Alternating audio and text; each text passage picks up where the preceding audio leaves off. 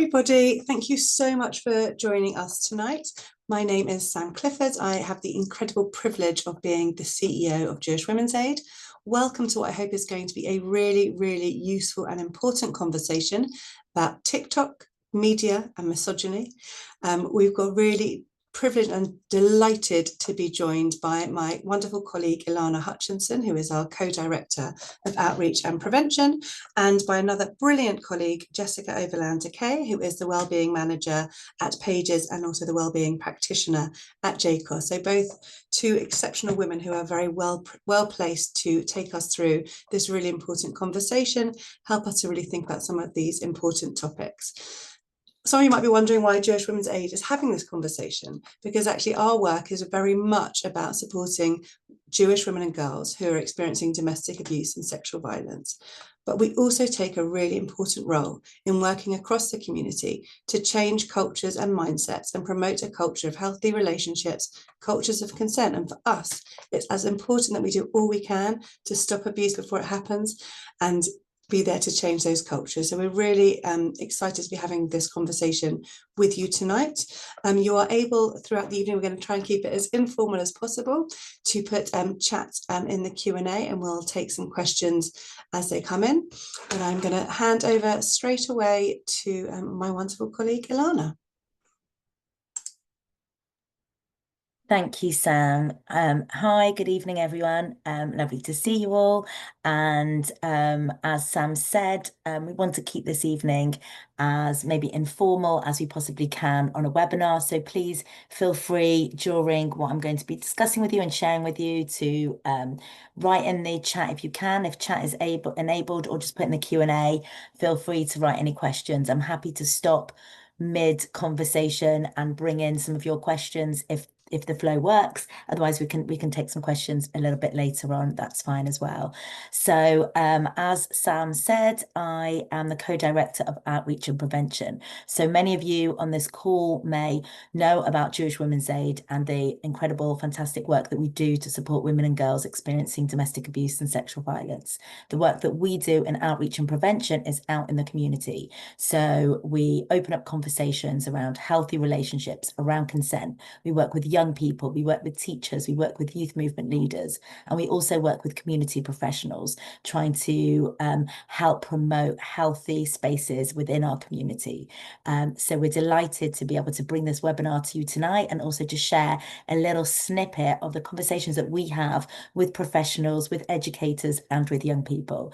I hope that it answers some of your questions. Hope you find it informative, and yeah, feel free to use the chat. I'm going to share my screen. I have a few slides, but really they're just prompters for a conversation and for some of the things that I want to share with you. So just bear with me, because sharing my screen is not my skill set, but I'll do my best. Okay.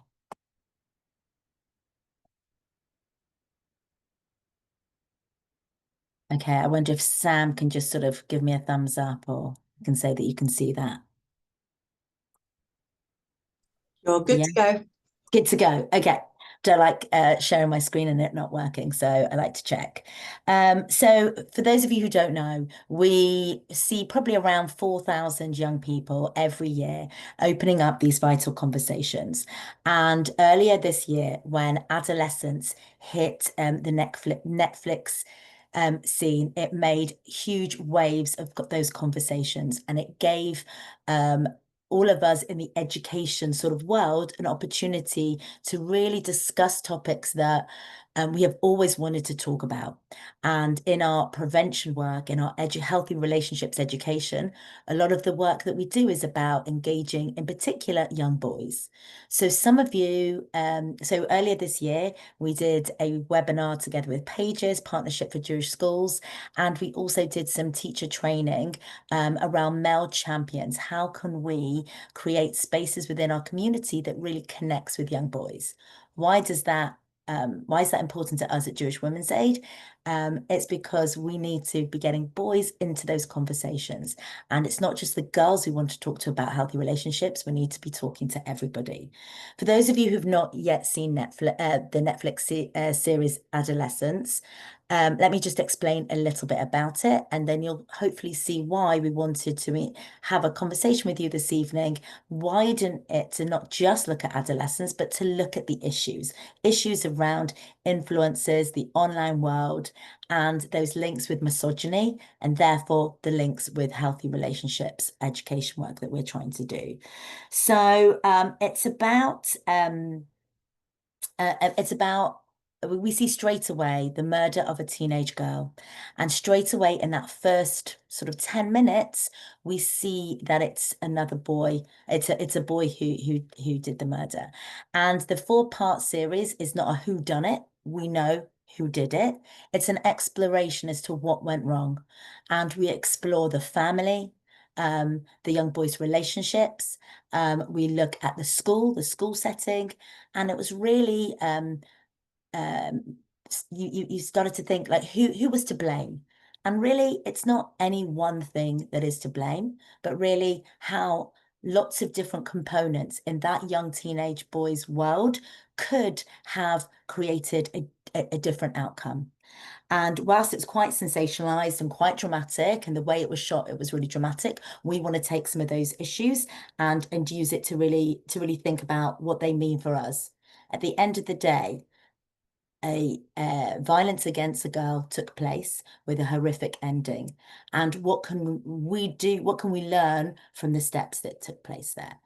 We see, in fact, maybe I'll just move on to my next screen. Like, what are the key themes that came from that series? Well, a lot of it really came from, you see a lot of male characters within that series around around isolation, around loneliness. So we don't just see the teenage boy, Jamie, feeling isolated and lonely and not able to connect with peers and adults. We also see the dad, which is a picture on the bottom left screen. I don't know what side it is for you.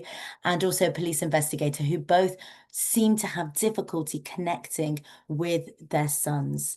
And what was quite prevalent for me was, what is it that we can do to help create a different outcome for our children? And that whole trying to provide spaces for young people where they are seen, where they are heard, where they are listened to, we know is really, really important. And the crux of our education work, I said earlier about opening up conversations around healthy relationships. And I really mean that. When we go into schools and into youth settings and into communities, we don't want to preach at young people. We don't want to tell them how they should act, how they should think, how they should feel, but really provide them with an opportunity to talk to us about what it's like to be a young person, what is influencing them, what are the issues that they're facing, and really connect in a way that we can provide an alternative, a great and an alternative, which we're going to talk about their online world, but also a positive role modeling and positive connections that we can make with our kids, with our grandkids, with our nieces, with our nephews, and any of the young people that we have in our lives. Another big thing that we see in this series is the lack of being able to express emotions. And we as the audience watching this screen is we see their emotions really clearly and really real.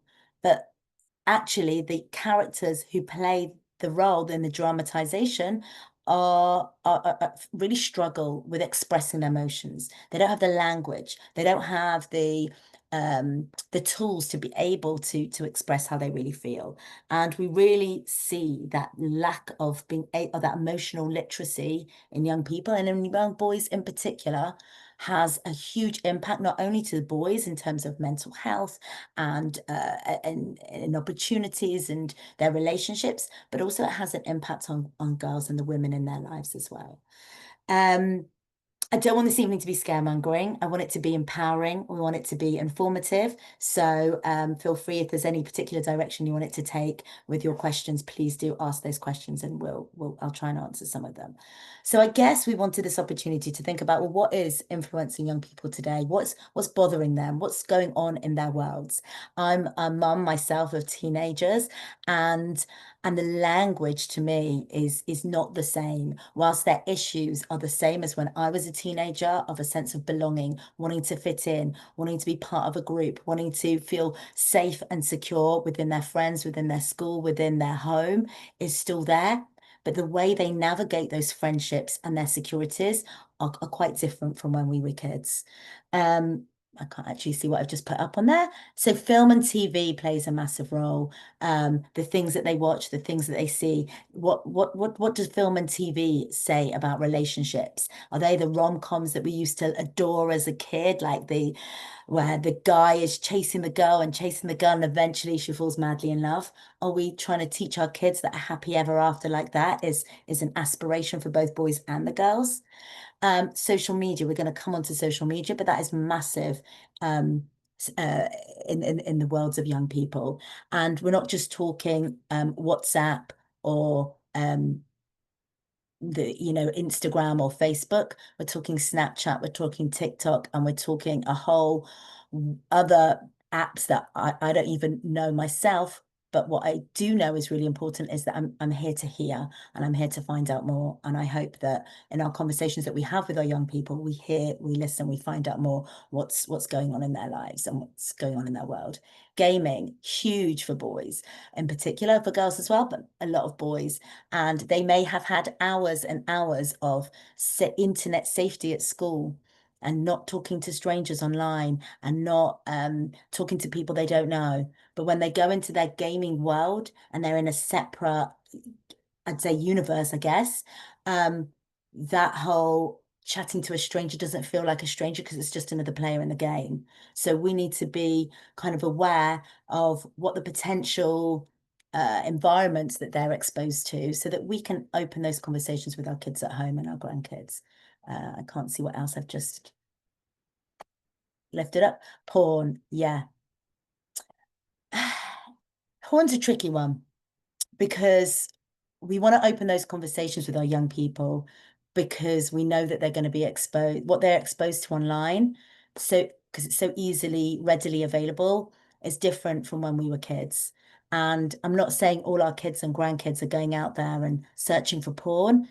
It can find them due to algorithms or whatever it is. And the percentages of young people who have seen quite explicit porn is quite big. I don't have any magic wand that I can wave to try and fix, our kids what they are exposed to. But just the impact of porn is a tricky one because it leads to that objectification, that unrealistic expectation of what sex, what intimate relations are like, that it's a physical act rather than an act of intimacy. And yet when we start to talk to young people about porn, they get shy, they get coy, they don't really want to open up. So we've got to tread conversations around porn with caution and with that listening ear rather than us talking at them about what we think about it. Laws are also out there potentially influencing our kids, the news, what's going on in the news, and our friends and family can be a really positive influence. And I hope people are here today because they want to be able to have those conversations with their kids and grandkids.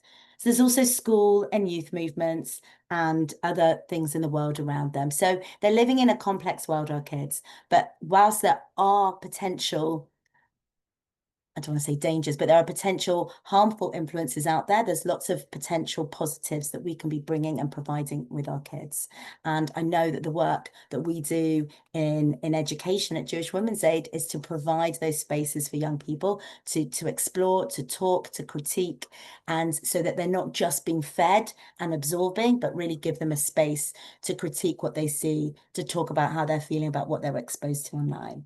So I think, Lana, I'm just yeah. going to come in because we had a good question We've got come some in. questions. Great. Yes, so I'm going to actually ask one now, and then another one's coming, which I'm actually going to hold to pose to both you and Jess Good. It gives me a on. break from my voice. Good. Great. So the first question that's come in asks, porn, film, and TV have been around for a long time. Why is this issue so much greater than it was back in the day? Yeah. Great question. Look, I loved watching Pretty Woman. I loved watching all those rom-coms. It was part of my like teenage years, teenage youth. So those messagings were there as a kid, and I hope I've turned out okay. Watching Disney films about, you know, I dream one day of my prince will come. The Snow White was kissed by a prince when she was asleep. What does that mean about consent? Ariel in Little Mermaid, she gives up her voice for a man. So those were all the things that I was exposed to as a kid.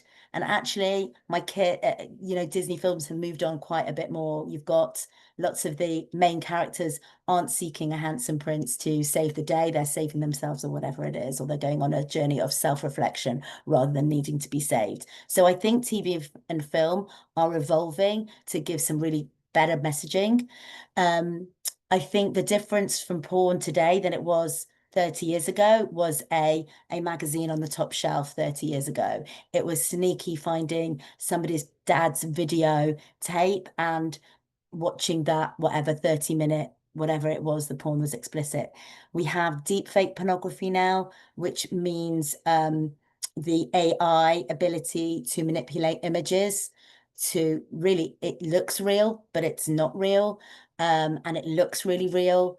The ability to have it on your phone, wherever you are, wherever wherever you take your smart tablet, you can access this stuff. So the way that it's so easily accessible, even to those who aren't seeking it, it's there. So I think that makes a massive difference. I don't know if Jess wants to add anything there.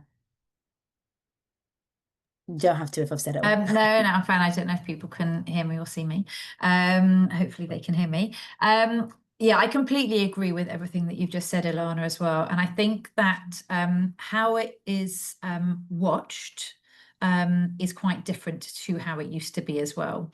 And as we know, as we know, teenagers and young people spend a lot more time by themselves and with their screens by themselves. So therefore, there's a lot less monitoring of what they are watching, either by themselves or with families. When we used to watch these films or things with at home, we would sit together as a family often, and when perhaps some topics that came up which were slightly controversial or needed to kind of be broken down, our parents and our family, we would do that. It would trigger conversations and we would kind of process and go through those things together and say, oh goodness, what do you think about how she spoke to him, or whatever it is. Whereas now I think young people are watching them by themselves and there isn't that processing. I also think that the culture has shifted, that young people believe everything that they watch. The balance has kind of changed in terms of everything they say. One of my very often used phrases with young people is, if they say, oh, whatever it is, oh, this must be true. I saw this. And I say, oh, what you saw on TikTok? Yeah, it must be true. But their attitude is what they see is truth and is real. So therefore, that is setting the benchmark for their own, as you're saying, Ilana, their own behavior and their own expectations and peers' behaviors as well.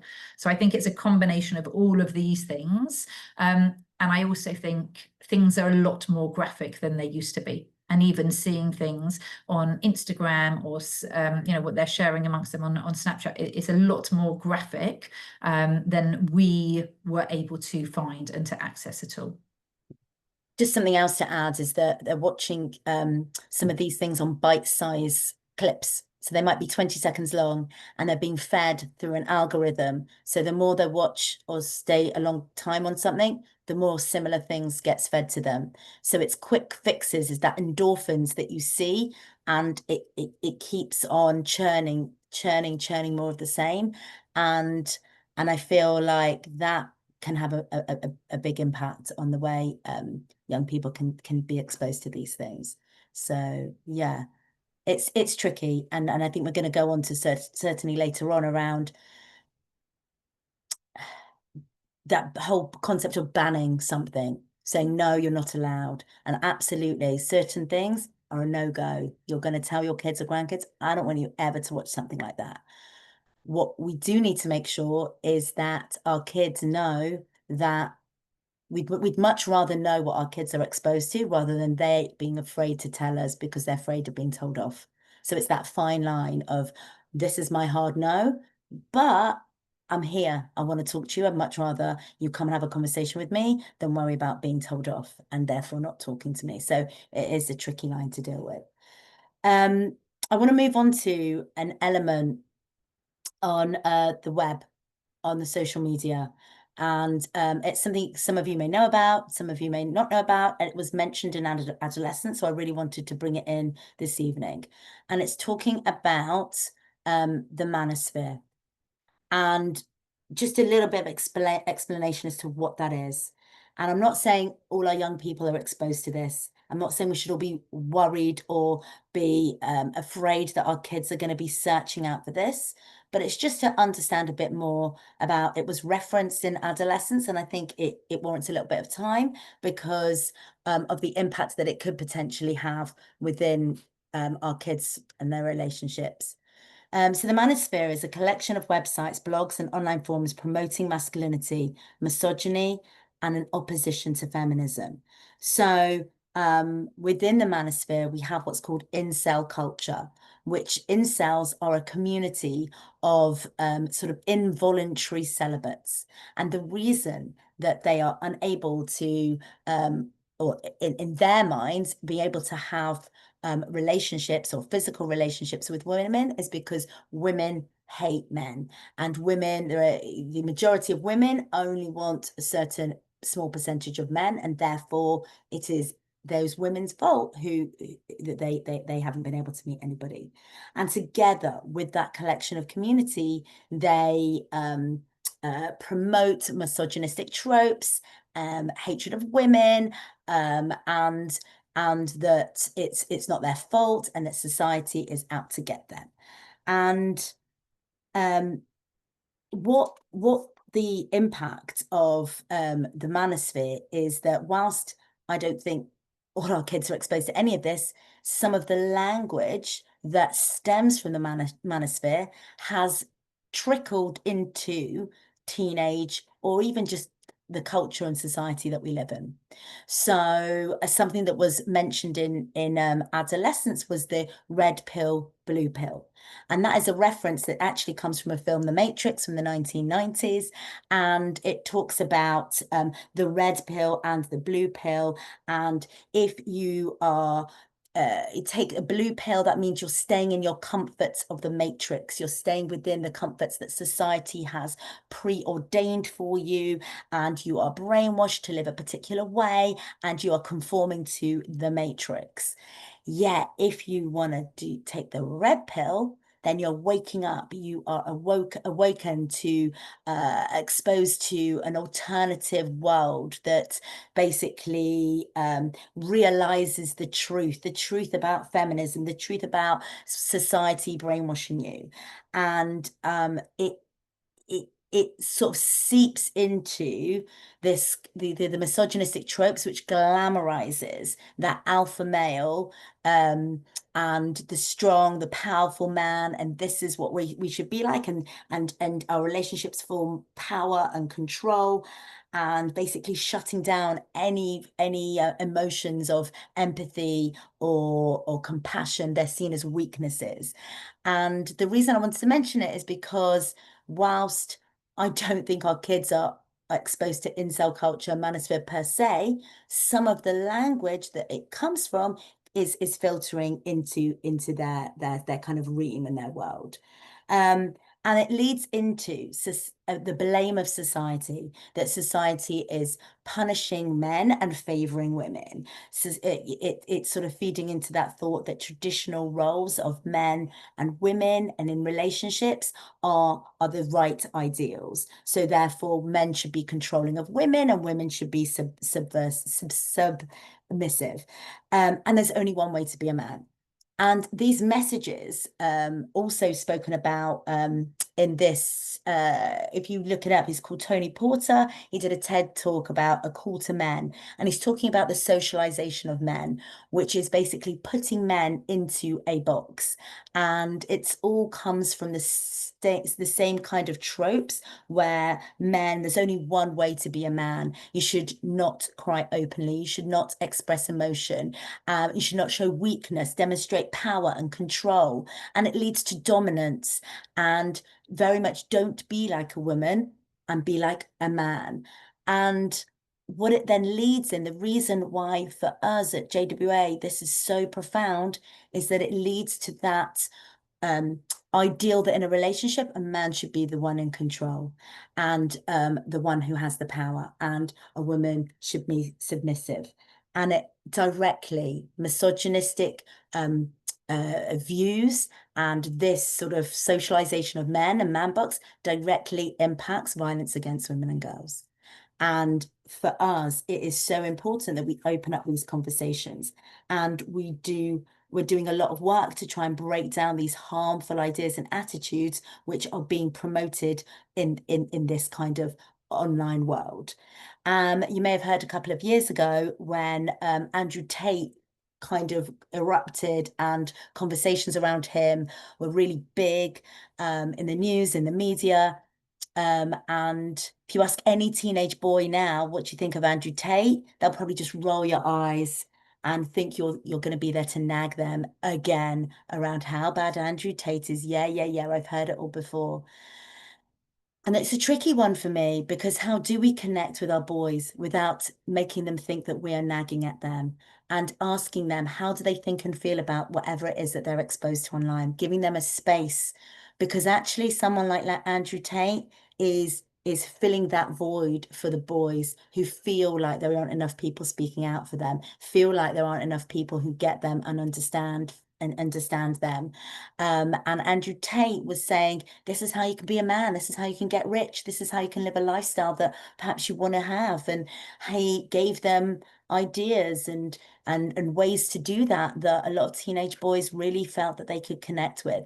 And yeah, he said all that stuff about women. He's just saying it to get more likes and clicks. He doesn't really mean it. And we know that, he's been convicted of many offences of sexual violence, and we know that harmful ideas and attitudes lead to harmful behaviours, which lead to violence. So at the time, a couple of years ago, we did another talk for parents. I think you can find it together with pages somewhere online.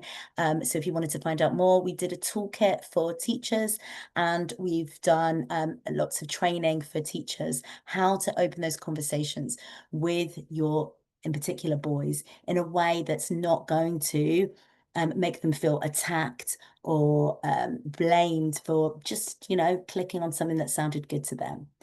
So our work is really around our work that we do in schools and with youth organizations, youth movements, youth leaders, is around looking at this harmful culture. So it's not just online culture, it's just generally within society, where we're trying to explore the root causes of sexual violence. Why does violence take place? Well, it takes place because we live within a society where harmful ideas and attitudes lead to harmful behaviors, which lead to violence. And what we want to do in our education work is interrupt those. So we want to try to break down those harmful ideas and attitudes so that we're interrupting this trajectory. And this isn't a severity scale. This isn't to say that anyone who has experienced some of those harmful behaviors, which we'll talk about in a minute, is any less a form of sexual violence than some of the more extreme forms. It's just perhaps a way of young people to sort of understand some of those behaviors are normalized, and they go unchecked, and we don't call them out, or we just think, oh, it's just a joke, or it's no big deal, or you're making a big fuss over nothing. And what we're trying to help young people see is, can we interrupt those? Can we say, no, I'm not going to have those within our youth movement, say, for example, or we're not going to have them within our school community, and we are going to put a stop to them or interrupt them or whatever it is. So some of the things that we're talking about for the harmful ideas and attitudes, that whole boys will be boys, or man up, or boys don't cry, that whole lad banter, or that locker room chat, or those harmful ideas and attitudes. Another one could just be as simply, a couple of years ago, my then 5-year-old son came home from school one day and he goes, Mummy, I'm so proud of myself. I'm so brave. I was brave today. And I was like, okay, why are you so brave? And he goes, I didn't cry.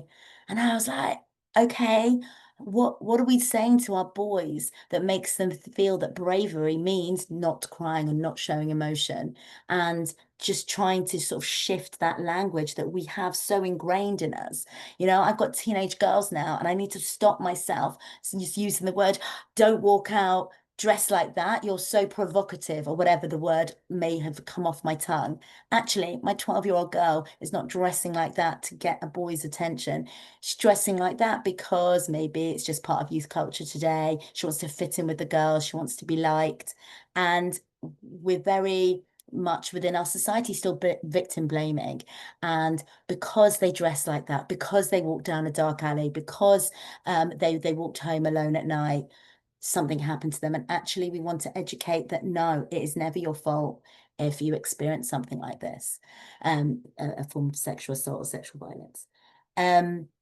Harmful idea and attitude could be, I mean, we see all the time, you know, a lot of attitudes of the boys we see in schools. They'll say, well, girls are just falsely accusing boys to get attention, or for the high profile cases in the media, they're just doing it to get money. And we're trying to break that down and be actually what somebody, a girl in particular, may, and boys, they've experienced a form of sexual violence, how difficult it is for them to speak up.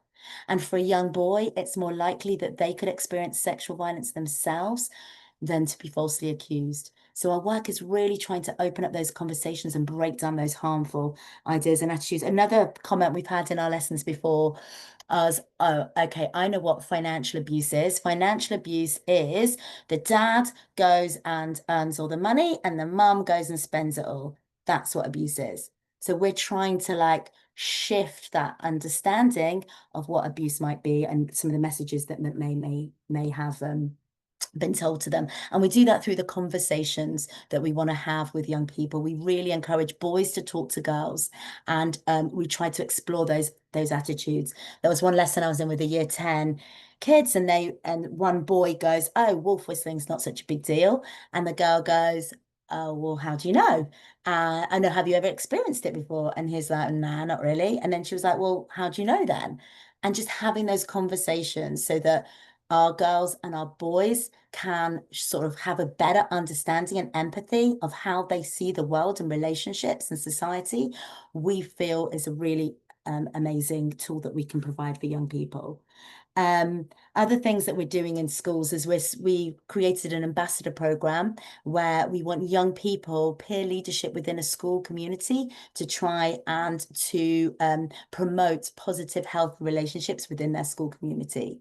So I guess some of those behaviors might be that nude sharing that kind of just gets laughed at, or the jokes, sexist jokes. Is sexist jokes okay or not okay? What happens? Sexist joke may be okay, but a rape joke, probably not. Well, where do you draw that line? And we want young people to help lead those conversations. Some of the other things that we're doing to try and break down this harmful culture is to work with UJS and our work with students. We've created this brand Consent is Kosher to get people talking. We don't want this to be a taboo topic or conversation. We want people talking around consent, around healthy relationships. And last year at UJS Convention, we designed postcards to go in every single bedroom. And we know students are what they might be up to, drinking, having the time of their lives. And if they can see a postcard that just reminds them about what consent is, we hope that we can help with that prevention work to take place. I could go on and on about the work that we're doing. We're really trying to connect with young people in a way that's going to make a difference to their lives and their relationships. And we believe that anyone can be affected by abuse and sexual violence, yet everyone can play a part in helping shape a positive, healthy culture that we want to have. So just going to leave you, because I think I've spoken quite a lot, it's just how can we open these conversations with our kids and our grandkids in a way that's really going to help make a difference. So I guess we want to start those conversations, talk to them, let them open up. How can we be a positive, more positive place than sitting there swiping on their phones? I mean, you could even, let's watch some TikToks together. You'll see within 2 or 3 minutes what the algorithms are showing them and are feeding them. Have a conversation with them. Listen, they want to be heard. So something that really I felt strongly about, it was in the government said, oh, every single teenager needs to watch adolescence. It has to be shown in schools. And that really missed the point for me. That's just another adult telling our kids how they think, how they should think and feel. And actually, we need to listen to them and hear from them what they are feeling and thinking at that moment in time. we want to provide those alternative role models. So this male champion work that we did together with pages in schools is training up male teachers in schools to be those role models, places that their young boys can connect with. Where can we find alternative role models so they're not seeking the Andrew Tates, the Jordan Petersons, and whoever else in the world? Invite us, come, engage with us, engage in our conversations, because we are always looking for new avenues to bring our work into the community and to help shape positive, healthy relationships across the whole of our community. And also know that change won't happen overnight. So we're here for the long haul, and we're delighted that you're here with us. So that's kind of wraps up what I was going to say. We're happy to take questions at the end. And just do follow us. Those of you, I know everyone here tonight has a connection already with us at Jewish Women's Aid, but feel free to keep following us on social media, and lovely to see you.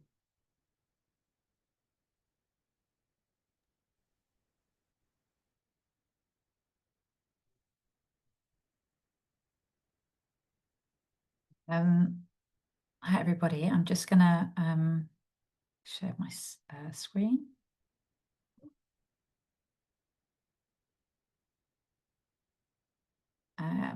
Okay, I assume that you can see that. Somebody will tell me otherwise if they can't.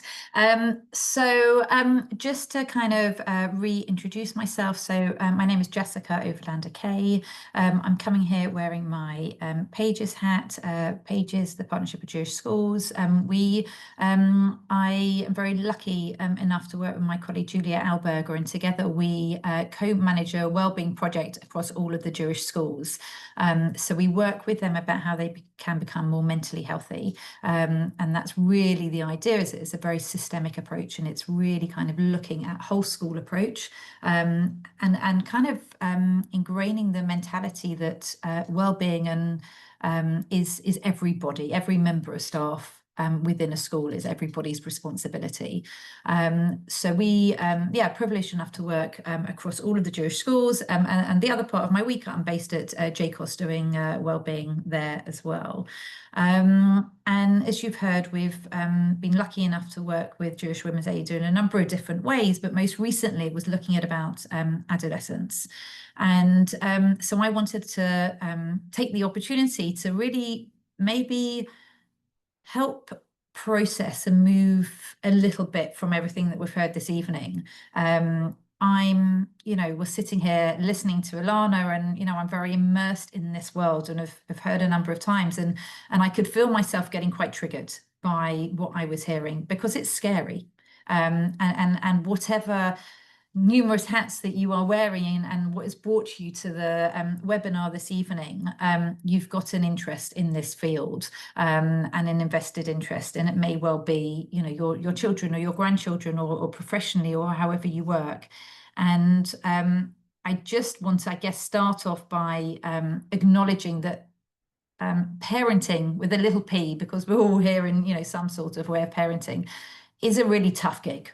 And I think, already the question that's come in, there's been some other questions which I'll try and answer as I talk along as well, is it's really hard. And I think it's got harder for a number of different reasons. But I just wanted to name that at the beginning, because I certainly felt that, in the parent of teenagers and my professional capacity, that this is really hard. We're fighting a really challenging battle, and our children are being pushed and pulled in so many different directions. But I also think it's important to kind of acknowledge that we are not always going to get it right, and sometimes we've got to take a scenic route to kind of work out what right really means. And I always comfort myself by, there was a well-known psychologist, Donald Winnicott, who talks about that we need to be attuned with our children 30% of the time for them to foster a healthy development and physiologically to be able to grow, which perhaps helps us in terms of managing our own expectations as well, and ourselves and our peers. But I also think, if you're sitting here, perhaps as I kind of noticed myself as well, of feeling overwhelmed, just to kind of acknowledge it's not too late. The fact that we're here, the fact that we're having these conversations, the fact that Jewish Women's Aid are doing such fantastic work in our school and community. But, small, meaningful changes can make a real difference. So, you know, following on from what Ilana was saying as well, adolescence really opened a conversation or continued a conversation about boys and about girls and about emotions and intense pressures that they face. And I wanted to pick up on one thing, one theme this evening, which is really about connection. And Ilana touched on this, but I really feel that how we connect with our children, again, you know, whatever your relationship is with young people, it can really make a difference if our children feel emotionally safe, and it can give them the opportunity to grow up so they can be resilient and healthy people, which is what we are wanting and you know, striving for here as well. If my slide will move. So really, you know, I just sorry, I can only see some of my thing here.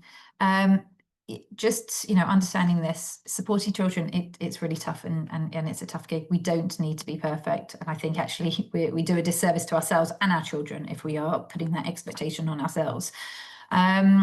We talked about emotional connection, which I'm going to talk about, but really kind of looking about the understanding and kind of going in with curiosity about what is going on for our children and our young people. So looking at the power of connection. And I think what's really important is this is something we can all do. Whatever our entry points and our connection is with young people, this is a way that we can help them and help with the growth. Our children need connection. They desperately need connection. And even more so now, they have connection in very different ways, which are not always as fulfilling and as deep as we used to have when we were children.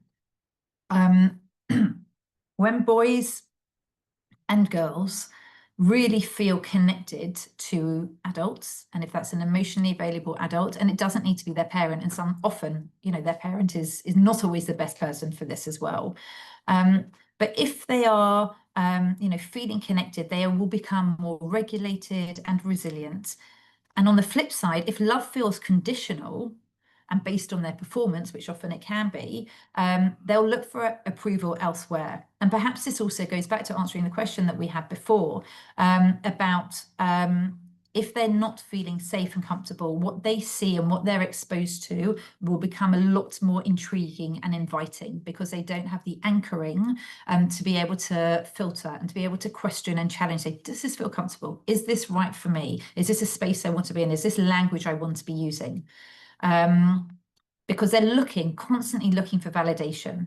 And if we are not validating our young people, they're going to find validation in what we would call harmful spaces. So I think it's really important, you know, that we kind of help them with that and to feel that the best place that they can be. And I guess as parents and people connected to young people, is that means we have a real responsibility to show up. That's emotionally, that's consistently and without judgment. Our kids are judged all day, every day. We used to be able to go home and turn off and, you know, nobody was bothering us or watching what we were looking at or wearing or how we were acting. Kids are judged constantly. So really, us as their emotionally available, stable adults, we need to lose some of that judgment and for them to really feel it. We need to connect with the children that we've got in front of us, not the children that we thought we had or we wanted or we were expecting of, but actually really what is in front of us. And really what we need to be doing is sending our children a very clear message that they matter, that they are enough, and that we care for them. Because if they feel that, they are able to navigate some of the complexities around them as well. So I wanted to talk through a couple of strategies of kind of like, okay, well, what do we do? It all sounds good. What do we do with all of that? Especially when sometimes our children and our young people are certainly not giving us the impression that they want to connect and they want to work with us. And I want to refer now, I know there was a question before about how do we help young people understand what we're saying? And sometimes that's even trickier if they're sent, they've got special educational needs or mental health challenges. And I think, you know, sometimes we feel like we're banging our head against a brick wall and we're trying, but why is the change not happening? Why is their behavior still the same? What I would say to that, and I guess invite that mentality as we're listening to the rest of what I'm going to talk about for the next 5 minutes or so, is we've got to find the right language for our children. And sometimes, and especially with SEND kids, there's a lot of masking going on, and they present that they understand and they present that they've got it all, but actually we need to kind of allow them to unmask a little bit and find the right language which gives them permission to share how they are feeling. And part of that is what I'm looking at and going to talk through now as well. The idea of active listening, I think, is really important. We always say, you know, I want to listen to our children. Not a lot of parents who are living with their children 24/7 can say that they spend more than maybe 10 minutes a day, one-to-one, uninterrupted attention with their children, which is shocking. Really, I find that, you know, shocking, but it's a reality. We're doing the dishwasher, we're on our phones, we're checking, our kids don't want to be with us, whatever it is. But if we have time with our children where we are really listening and we are hearing them and we are being genuinely curious and trying to understand their world. You know, some of the questions that came in before were kind of, you know, a curiosity and perhaps a little bit, and I include myself in this as well, of judgment of, well, why can't kids navigate it now? We used to be able to, whatever. Let's kind of genuinely be curious about their reality and what is going on for them. And when they are talking and when they are sharing, listen to hear. Sometimes we think we're the experts. We've got to get out of the expert chair and allow them to be the experts and to help us and to understand their world a little bit as well. And sometimes we need to ask our children, do you want me to listen, or do you want some advice, or do you want some help? Allow them to kind of manage and navigate the conversation as well. The emotional conversations, again, inviting that, noticing, giving them this emotional literacy and understanding. A lot of our children cannot mentalize, they cannot understand their feelings, they cannot voice their feelings, they cannot process them. So we've got to help them do that. Part of that is modeling it. And part of it is saying, you know, I've noticed you've been a bit quieter recently, or I've noticed, you know, your behavior has changed a bit. I imagine it's really hard that your friends are going out and you're not allowed to. How is that for you? Just a genuine kind of understanding where they are and what's going on. I think this idea about modeling vulnerability and emotional availability is really, really important. We have got to share our emotions and our vulnerability to our children. They've got to know that, and to almost feel that they give them permission that they can talk and share, and they can say, it's hard, I'm scared, I'm nervous, if I don't behave like this, other people are going to, or so-and-so has said this to me, it's making me feel. And just to be able to have the words and to share that, and for us to say, you know, I felt really overwhelmed today, or, oh, you know, I was really stressed at work and I felt, oh God, you know, I could feel myself getting anxious and I was really snappy. Just to share that and not to feel we've got to be one dimension and always have it in control. We're not helping our children by doing that as well. The idea about warm boundaries, as I call it, about really correcting with empathy. There's this concept that empathy isn't taught, it's caught. They catch empathy by feeling empathy. So therefore, we've again got a responsibility to allow our children to feel that. When we say to them, I'm alongside you with this. You know, it's not a sympathy of like, oh, how's it going? Oh yeah, sorry, it's hard for you. Can I give you a cup of tea? How are things? But it's I'm with you, I'm here. This is really tough. How can I be with you in this space? Allowing children to experience those feelings, and then that will allow them in turn to kind of pass that on to other people as well. The idea about encouraging connection, as I've talked about, our children need things that make them feel good. Ilana briefly mentioned on that as well. It's that, what is it? We know we are our happiest when we are successful at things, when we are skilled, when we're enjoying things. What is it that makes them feel good? If it's sport, if it's going to youth movements, if it's friendships, if it's volunteering, whatever it is, those points of connection and enjoyment. It's not about success, it's not about how good they are, but about doing it and just being part of something is really important. And the last thing on this, and then I'm just got a couple of points to summarize, is about we have a responsibility to be our children's biggest cheerleaders. They are constantly either a reality, but their reality, feeling shamed, feeling humiliated, feeling pressured, being told, don't do this, especially SEND kids and neurodivergent kids, the amount of negative comments that they are, got at them all day. We need to be their biggest cheerleader. And that is for trying. That is like Ilana was saying with her son, of kind of trying to say, it's okay to cry. Well done for showing your emotions. You've got to go out there. That's how you do things. It's not about their achievements. It's about their attitude and their emotions. And I think that's really important, that our children believe in themselves and then can navigate some of the hard stuff. So just to finish on this, and I'm not going to talk it all through, it's pretty self-explanatory, and hopefully, kind of an idea for you just to kind of notice things about the young people that we're working at, and kind of now this evening having a more holistic approach of seeing some of the challenges and perhaps understanding where the behavior is coming from. I think, something to remember is that about behavior is communication, and sometimes we focus on the behavior, and actually, I think we need to kind of go into detective mode of what are they really trying to communicate here? What is it that is going on for them, and understanding what is happening? And sometimes we need to take a step back ourselves and just go, okay, this is unusual. What's happening? Doing your regular check-ins, all of those sorts of things, and noticing changes in behavior. So just to kind of finish off with that as well is just remember you, and by virtue of the fact that you are here and you have invested time this evening to do that, you are part of their safe place. We as adults need to be their harbour walls. We need to be their solid, their stable. When their waters are choppy and they're all over the place, we've got to be the ones that can not go anywhere, and be there for them, and them to know that as well. We don't need to be perfect. We're learning, and showing that with our children, I think, is really important as well. But just being present with our children, being there and being supportive can make such a difference for them to be able to navigate some of these hard challenges that we've talked about and you've heard about this evening. So I hope that there's been bits from that perhaps have been a refresher or a reminder, or just kind of thought, oh yeah, okay, maybe I'll just check in myself a little bit more as well.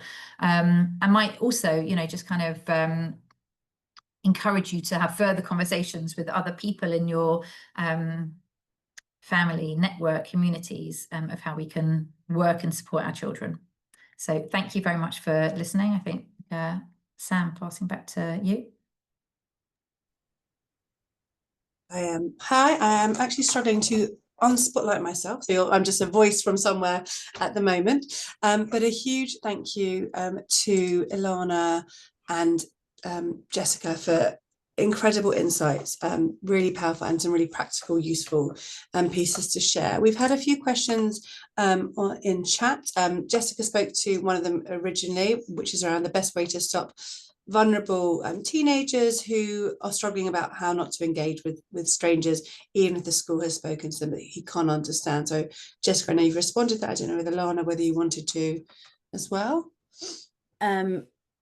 Yeah, I mean, look, everything Jessica said is absolutely key, and we can really, every time I hear you speak, I'm thinking about my conversations with my kids and remembering to have them and to hold them. I think it's really tricky because, like I said before, when they're gaming online, it feels like another world, and it feels like it's part of the game and part of the fun and part of the not reality. So I guess having the conversations around that it's real life. People that you're talking to are real. So who could they be? And try to sort of picture or visualize that person on the other end of the game may not be who they say they are. So it's not safe. Just like if you went to a park or to a big public space, you wouldn't just go talk to a stranger. You wouldn't go have a chat or a conversation. And so just trying to see a different context of them having a conversation in a different place and help them sort of see, oh yeah, that wouldn't make sense then. So actually making, if I'm doing it in this context, what might be problematic and what might, could be potential fallout or problems that could happen if they continue to do that. It's really hard, I think. On the one hand, you could go really hard line, absolutely no. That can work, so they can really see A drip feed is also an alternative. Keep drip feeding those messages and reinforcing that. I don't know if Jessica's got anything to add around that. No, I would just think, and I kind of was thinking, and I don't know what send that we're talking about here as well, and certainly if somebody's on the autistic spectrum, like some of the words that we use make sense to us.